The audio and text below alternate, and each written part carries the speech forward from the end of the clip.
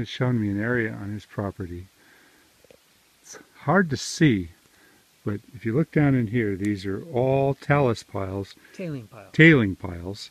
What's the difference between tailing and talus? I guess talus is natural. Talus is natural slough Okay. off of a hillside. Okay, so the tailing piles, this is probably all done by the Chinese, you think? I think the Chinese were involved. All right. And he also explained this flume way right here. Well, many times when canyons are eroded, material is left up on the edges, which is called high bench material. And it carried gold when it was running. And after the miners got done working the rich workings down in the stream bed, they're always looking for new places to work. And they would have come up here and tested this and said, hey, this is pretty good, but we need water to work it. Okay. So companies would be formed and they would make ditches. This is a flume way right here down below us. Right here. And typically, they would set up a sluice way. They would cut a crosscut through the high bench material going down to the stream bed. And out of the flume way, they would buy the water from the mining company and spend anywhere from $2 to $3 to $4 a day for the water. Which was a lot of money. So if the miner isn't making a quarter ounce a day, he's losing money. And many journals that I read. Okay, wait a minute. Let's back up. Back then, the price of gold was 18 bucks an ounce. Okay. So you had to have at least a quarter of an ounce a day just to pay for the water? Yeah, a little. I mean, to be able to eat and pay for the water, you need a quarter ounce a day.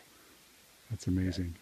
And so many times you'll see where people just leave a place, and it's usually because they're not making enough to pay their water bill and have enough to eat. Wow. This road is from the 1800s? Yes. And you don't believe they had carriages and or wagons and such on this road? I don't know why they took this road. It's wide enough. I'll bet you they had wagons on this road. It's not like there's any settlement up here. And I haven't been able to find a mining camp up here either. But if they had to get up there with equipment.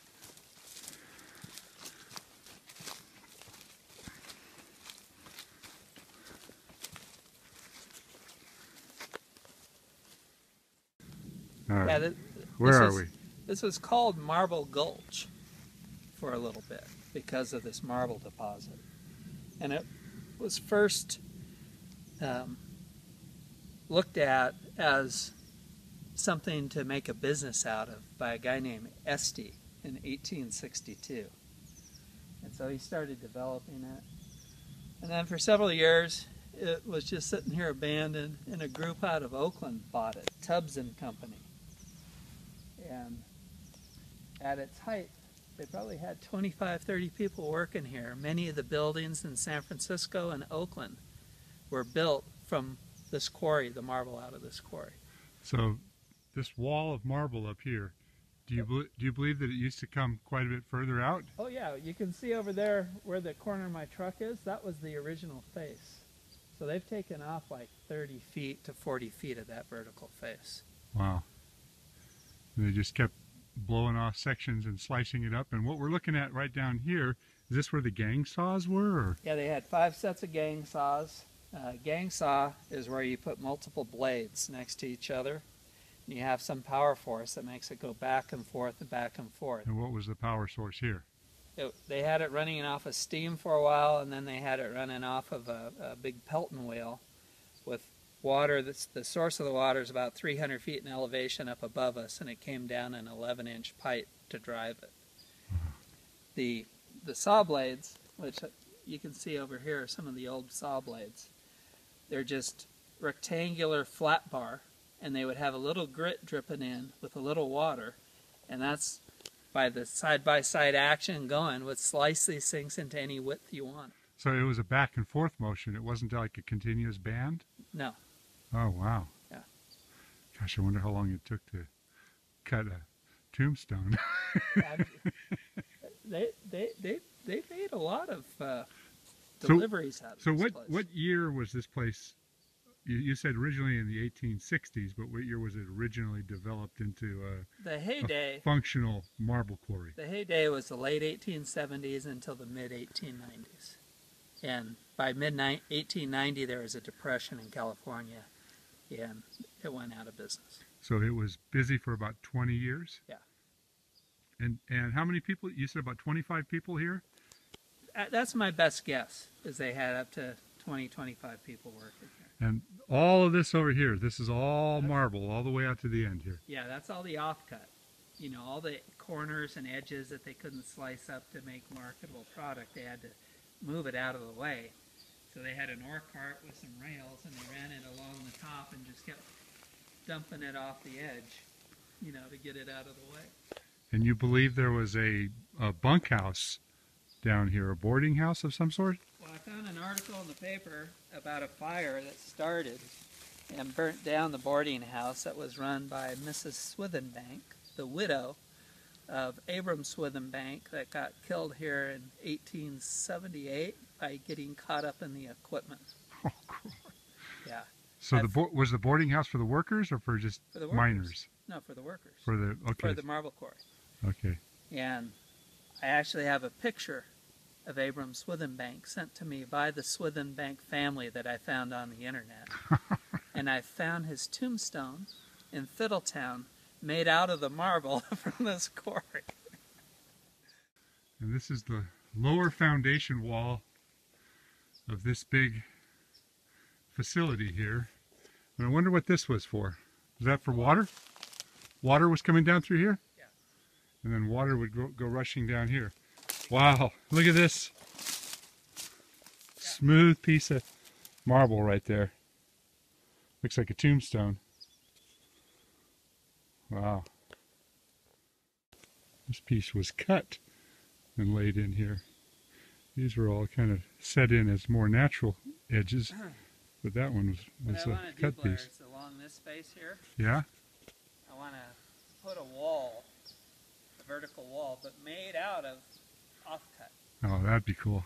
and have the flat faces coming straight up. So what do you think the square footage of this building was? Don't know. I think there's like 8 people living there in the boarding house. This wasn't a building.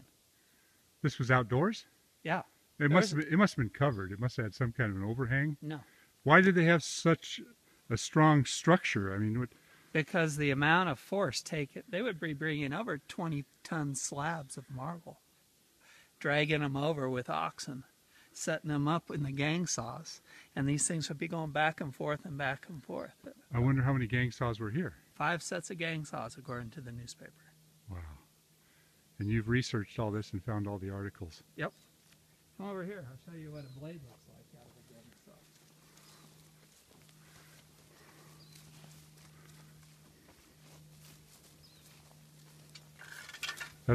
This is what the width that would have started out at, and as it gradually wears down, it gets skinnier and skinnier and skinnier, and then it would break, and they'd have to put a new one in. Wow, I wonder how long they were. Don't know. I've really tried to find a picture of an operating gang saw from that period, but have not yet found one. You know, sounds like that's so cool. You found all this stuff around here. Yeah. Metal detecting or just picking No, it you're up? just looking down. It's all over, Claire. You come out here to the end. And all this marble that's in here, all these marble rocks. Here you can see where the bottom of the blade stopped when they were cutting. Right. This is a flat face. And they're all through here. It's a mountain. And that's all the trash from Wally that I gotta clean up in the future. So all this tailing here, Offcut. came from up there. And there used to be like a little railroad car or something, that A mining car a mining car. on rails. And That all they the would stuff bring they it had all left over over, here to they'd dump bring it. it over to the edge and they'd dump it all the way down here, all the way down to the creek. Thousands and thousands of tons of marble. Yep. This is amazing. Tell me about the cave, Brian. Back in '81, when Kim and I bought this place, we were camping out here, and a group of people came that were spelunkers. and asked if they could look at the base of the face of the marble for Indian caves. And so the Indian caves they looked for, it was just a rumor. They couldn't find anything, and la-di-da, jump forward a couple years. So Ron and I were gold dredging on the Consumnes River at a guy named Roy, and his wife was Dorothy. Dorothy used to work at the trading post up in Plymouth.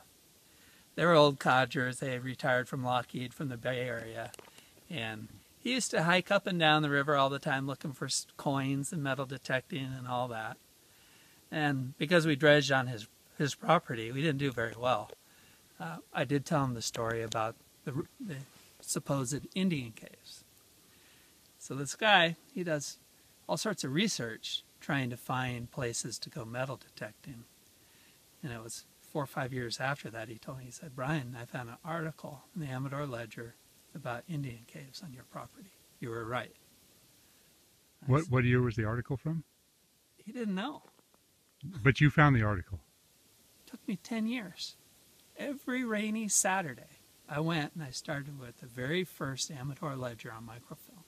And I read every one until I got to 1878, and I found the first article. Wow. And so tell me what the article... The article said... What did it imply? Doesn't imply. It said that there's definitely a cave system, that the Indians told the reporters that it's a half-mile long, and inside of it there's a big lake that was icy cold and the depth could not be ascertained. On the other side of the lake was a big room, which implied that there's more structure to the cave system. And all the scientists got excited, and there was a bunch of newspaper articles, but the opening was so covered with rubble that they didn't think it was worthwhile to open it up. Rubble just like this. Yeah. And so anywhere up here could be an opening. I've looked all over for openings. To a I've phenomenal, looked for bats. phenomenal Coming cavern. out. You know, when there's snow, you look for melted areas of snow. All the classic signs for looking for caves, and have been unsuccessful. But I contacted Kim and sent her the articles, and she got real excited. And her company is an archaeology company, and they're hired by the U.S. government to find underground caves between Mexico and the U.S. Oh, for drug smugglers? For drug smugglers. And she has a geophysicist that works for her. And if I didn't have this problem with my brain tumors, we would have already had the ground-penetrating radar study done showing three-dimensional images and the best place to tunnel in to have access to the cave for the first time. That's still going to happen, right? It's still going to happen. All right. It's just delayed a little. Okay, so this rubble, this is not really this is all natural. This is natural. Okay, so This happens because of snow and ice and rain, and it freezes and pieces come off. so all these moss-covered rocks are actually all marble. This is a marble vein. And how far down does it go here? It's at least a half mile on my property, at least. Wow. And it kind of all starts way back up there at that marble quarry. No, it goes up the hill past that. Goes past the marble quarry. Up to the road up top, you could find it. Wow. This natural slope of the marble right here. Comes down to the turtle pond where the guy mined in the 1950s. Oh, is this the old Raymond mine? Yeah. Oh, okay. The Raymond mine. No more video. Can't tell the secret of the Raymond mine. No. Because we're going into it's now called the Glen Gold Mine. The Glen Gold Mine. All right. That bedrock that got pushed up by the marble? No. I mean, when the earth was formed, it was more flat this direction. Okay. When the Sierras got uplifted, everything went up at an angle. That's Wow. why the Mother Lode vein goes down at a certain angle, and then it goes down over a mile deep. The Mother Lode vein's less than 2 miles that way. Wow. The richest gold-bearing vein on the planet. From Plymouth to Jackson is the richest area ever found on the planet for mining gold. This That's a cool rock. is made out of hematite, which is an iron ore rock. Is it magnetic? No, magnetite is magnetic. When you pan and you find the heavies in your pan, Yeah. black sands, it's made of two types of material, hematite and magnetite. This is hematite, and there's a vein of it adjacent to the marble. And the creek split on both sides of it. And that's why there's an ancient channel on that side, and over here is the current channel. You can see it right over here. There's water running right now. Yeah. Not much. Not much. It dries up. This is Dry Creek, right? This is North Fork Dry Creek. North Fork Dry Creek. Like the 1930s we were in. You find all kinds of interesting junk on the property. Oh yeah, I found Depression era sluice boxes. All this down in here, these are all tailing piles. Yep. And how far did these tailing piles go up the creek? The full length. Miles, huh? Mile. How far up the creek was the original discoveries made in this area? You said that there was, Downstream. yeah, I'm sorry, downstream. There was people on this property in 1848. That would be my guess. Because in 48 they arrived in Dry Town and it was very rich. And miners always went hiking up streams looking for better diggings. So this was probably a pretty active environment. And tell me about the gold that was found back then. What do you How think? much per pan did you say it was? They were getting $100 to the panful in Dry Town. And that was $16 an ounce. So there was 16 like bucks an about like 6 ounces. 6 ounces 5.5, 6 per pan. per panful when they first discovered gold up here. Let's see, today the value of gold is $1,200 an ounce. Almost 13. 13, Yeah, so Times 6. that by 5. that'd be about $7,000 a panful. Yes.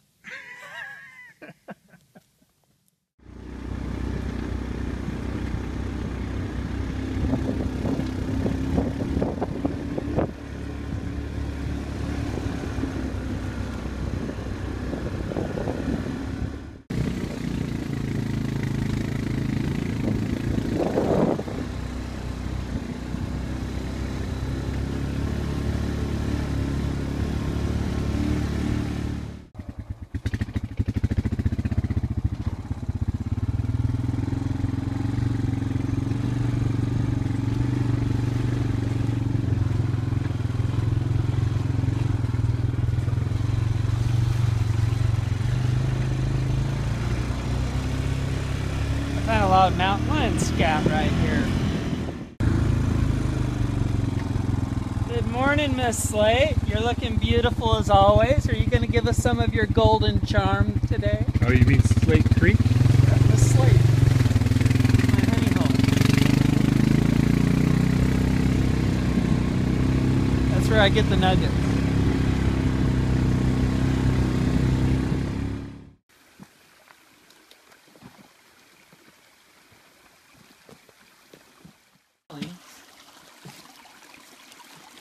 Is unworked crevices, Really? but I'm expecting to find good gold. Now, what's this little thing here for? For sucking That's water a out? gold suck 'em up. You can hydraulically pressurize water and shoot it to the bottom of the crevice and everything comes out. Or you could suck it up and reach areas that nobody could ever get to. Ah, that's kind of a clever little device. It is. The gold suck 'em up. Gold suck 'em up. All right, So- find a nugget for me, Brian. I won't find you a nugget. No, find me a nugget. Go for it, man. I'm just going to show you what the normal material has here. I found a picker in this. The first picker I ever found in the overburden, which is this material, on Slate Creek. Now that was pretty amazing. And I do what I call speed pan. I'm probably one of the faster panners you'll ever meet. All right. So I go over here, got my cold weather gloves on, shake it up, mush it up, get the big rock out, and I just get it down to the 90%. run down to Black Sands and I say,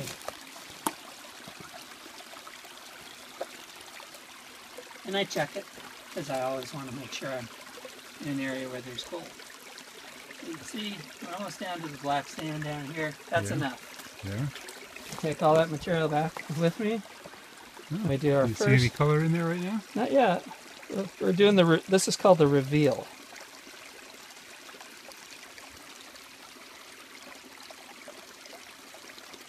There's a micro speck. So let's do another.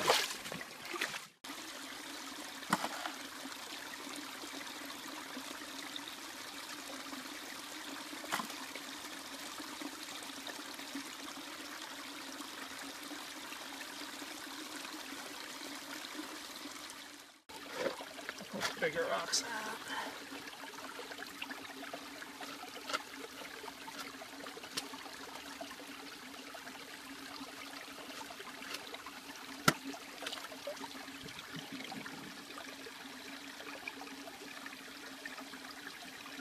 Yeah.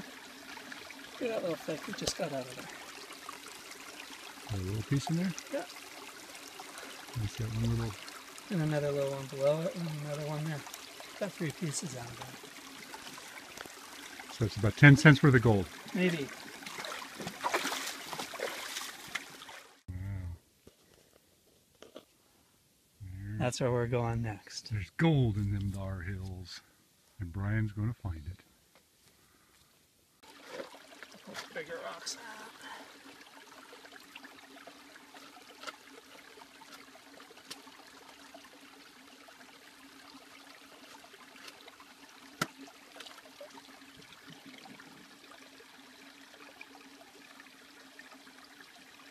Yeah.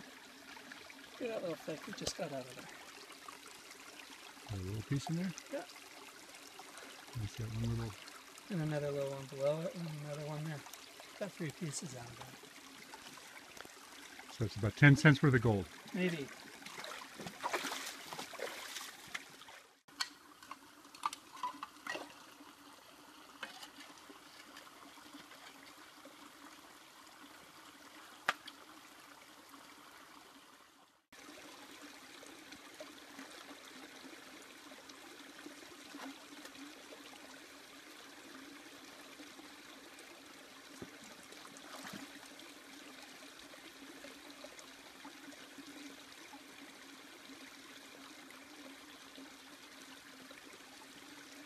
That's not bad. You find something in every single panful, aren't you? I rarely get skunked. Rarely. Not a lot, but the fact that there's gold in every It single all pan, adds up. it really does. Like I said, I can make $2 to $3 an hour by hand, just doing what you're seeing.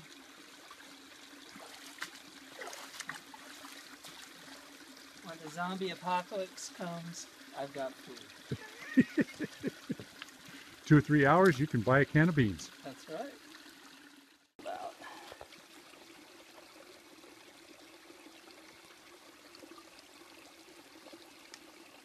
The reason I'm doing this is most people that go out and pan for a whole day won't find this much gold.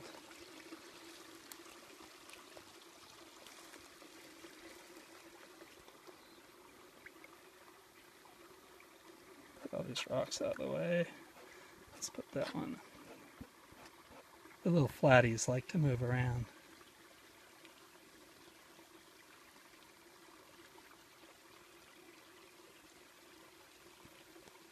There's some color over there.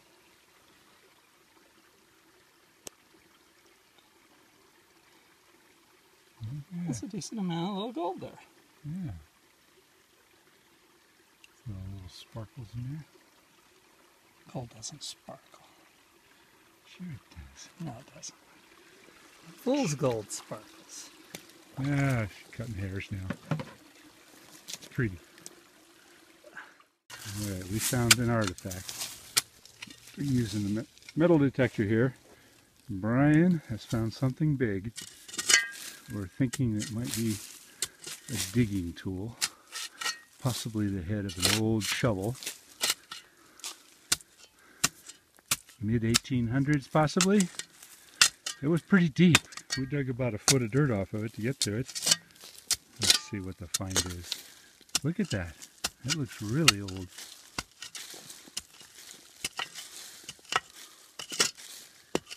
I'm being very careful not to get under the edge and bend it. Yeah. I want to keep it in perfect shape. Let's see what we got here. It's definitely a shovel.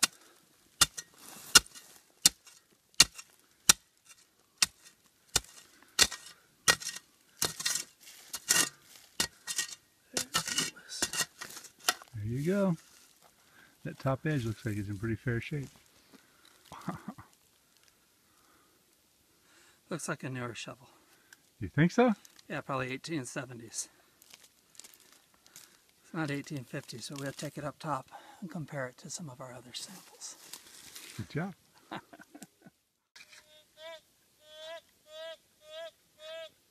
That's an iron sound. And see how it was right next to the trail? That's how I always hunt trails. There's our big find of the day. 1950s alarm clock. I don't know, that looks like about 1850 to me. It's solid silver. Or something. Okay, let's go back out this way.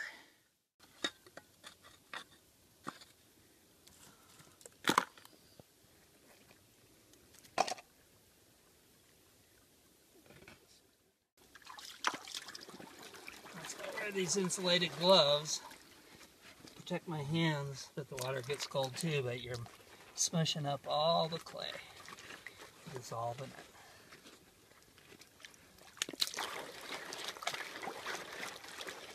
A gentle circular action, revealing every single particle. I see a rock, I just knock it down.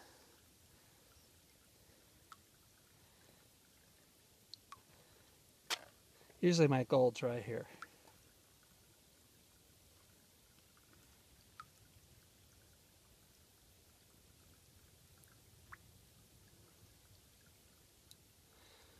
Well, we got one little tiny speck right there, and that's it out of that. That's it, huh? Yeah, there's a second one. But, okay, that was good enough. I've hit that area real hard. That was kind of a hope in the dark. Throw the bigger rocks out of the side. Usually get a speck or two every pan.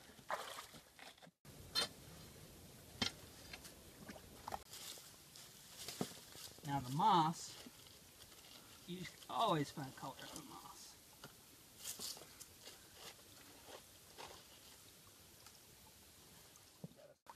Alright, this is going to be the pan.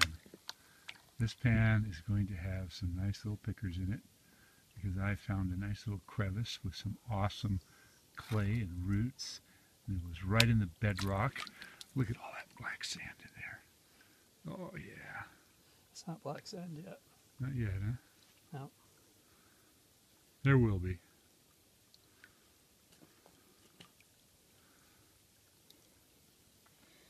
She's pissed at you too, Blair. No.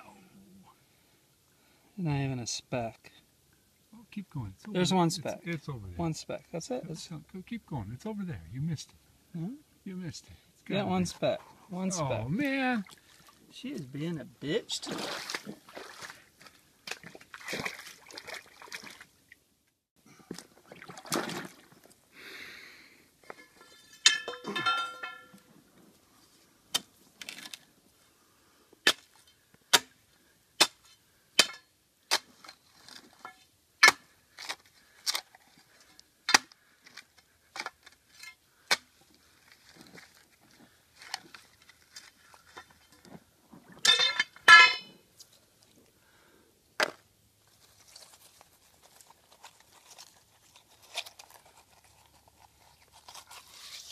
When you're dredging, this is the kind of crack you find a nugget in.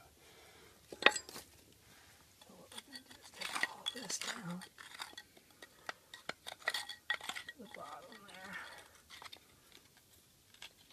And use the tip to gouge it out. And here, got some stuff stuck in there. So I knock those loose.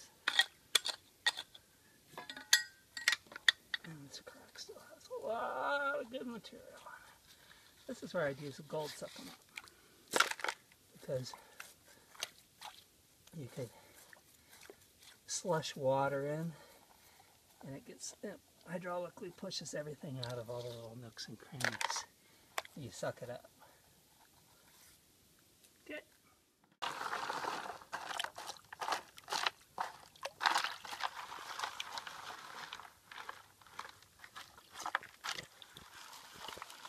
I always just let the water take the top layer of rock off. You're never pushing the material out of the pan.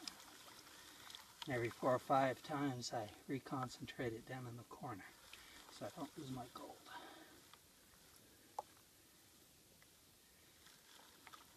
Thought I saw a piece already. Find out. And a lot of people take it down too far. I stop here. Get that rock out of there. Now we do the reveal. This is the crevice Blair picked.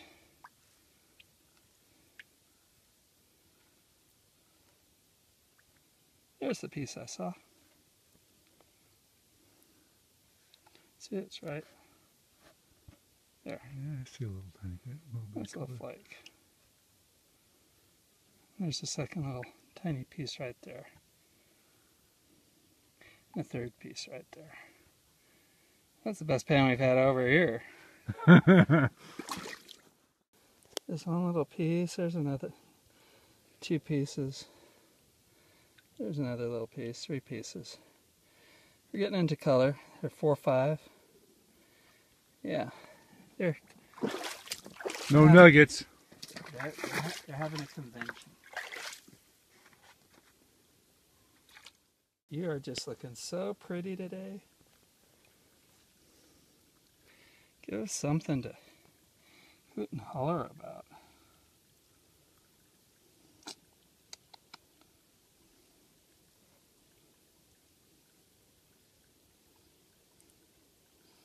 You know, you're a real bitch today.